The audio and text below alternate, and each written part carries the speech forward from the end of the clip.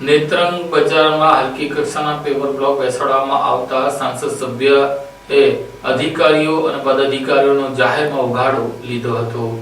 નેત્રંગ તાલુકા મથકમાં આવેલ જવાહર બજારના ભાવના પાનના ગલ્લાથી નેત્રંગ ગ્રામ પંચાયત કચેરી સુધી સીસી રસ્તાના નવીકરણ માટે ભરૂચના લોકસભાના સાંસદ મનસુખભાઈ વસાવાએ પોતાની ગ્રાન્ટમાંથી ₹50 લાખની ગ્રાન્ટ ફાળવી હતી, પરંતુ નેત્રંગ તાલુકા પંચાયતના સરપંચ હરેન્દ્રસિંહ દેશમુખ અને નેત્રંગ તાલુકા જિલ્લા પંચાયતના સભ્ય વર્ષાબેન દેશમુખ અને કોન્ટ્રાક્ટર સહિતના માર્ગ અને મકાન વિભાગના જવાબદાર અધિકારીઓની મિલીભગતના કારણે રસ્તાના નવીનીકરણની કામગીરીમાં સિમેન્ટ, રેતી, કપચી અને હલકી કક્ષાના માલ સામાનનો વપરાશ કરતા સામાન્ય વરસાદમાં જ રસ્તાનું ધોવાણ થયું હતું। રસ્તાના નવીકરણની કામગીરીમાં ભારે ભ્રષ્ટાચાર, કૌભાંડ આચરવામાં આવ્યું હોવાનું બહાર આવતા જ આ બાબતે જવાહર બજાર વિસ્તારના સ્થાનિક રહીશોએ સાંસદ સભ્ય મનસુખભાઈ વસાવાને રજૂઆત કરી હતી, જેને લઈને માર્ગ અને મકાન વિભાગના અધિકારીઓને જરૂરી સૂચના આપી હતી, જેમાં જવાહર બજારમાં બની રહેલા રસ્તા ઉપર નેત્રંગ તાલુકા પંચાયતના સત્તાધીશોએ પેવર બ્લોક નાખવાની કામગીરી શરૂ કરતા ભરૂચના સાંસદ મનસુખભાઈ વસાવાએ પેવર બ્લોકનું કામગીરીનું નિરીક્ષણ કરવા માટે આજે પહોંચ્યા હતા।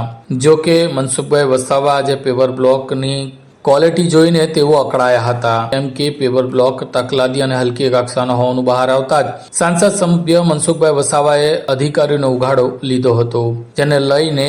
રસ્તા ઉપર બેસાડવામાં આવેલા પેવર બ્લોક અને રસ્તાની કામગીરીની કોઈપણ પ્રકારના ભ્રષ્ટાચાર કે કૌભાંડ ચલાવી લેવામાં આવશે નહીં તેવી અધિકારીઓને જાહેરમાં સૂચના આપી હતી। આમ મનસુખભાઈએ આજે નેત્રંગ તાલુકામાં પેવર બ્લોક બેસાડવાની કામગીરીમાં હલકી કક્ષાની ગુણવત્તાના પેવર બ્લોક બેસાડવામાં આવતા હોવાનું બહાર આવતા તેઓ અકળાયા હતા। એટલે કે ભરૂચ જિલ્લા પંચાયતના માર્ગ અને મકાન વિભાગના અધિકારીઓ, કોન્ટ્રાક્ટરો તેમજ નેત્રંગ તાલુકા પંચાયત અને ગ્રામ પંચાયતના અધિકારીઓ સાથે મિલીભગત કરીને રીતસર કૌભાંડ આચરી રહ્યા હોવાનું બહાર આવ્યું હતું।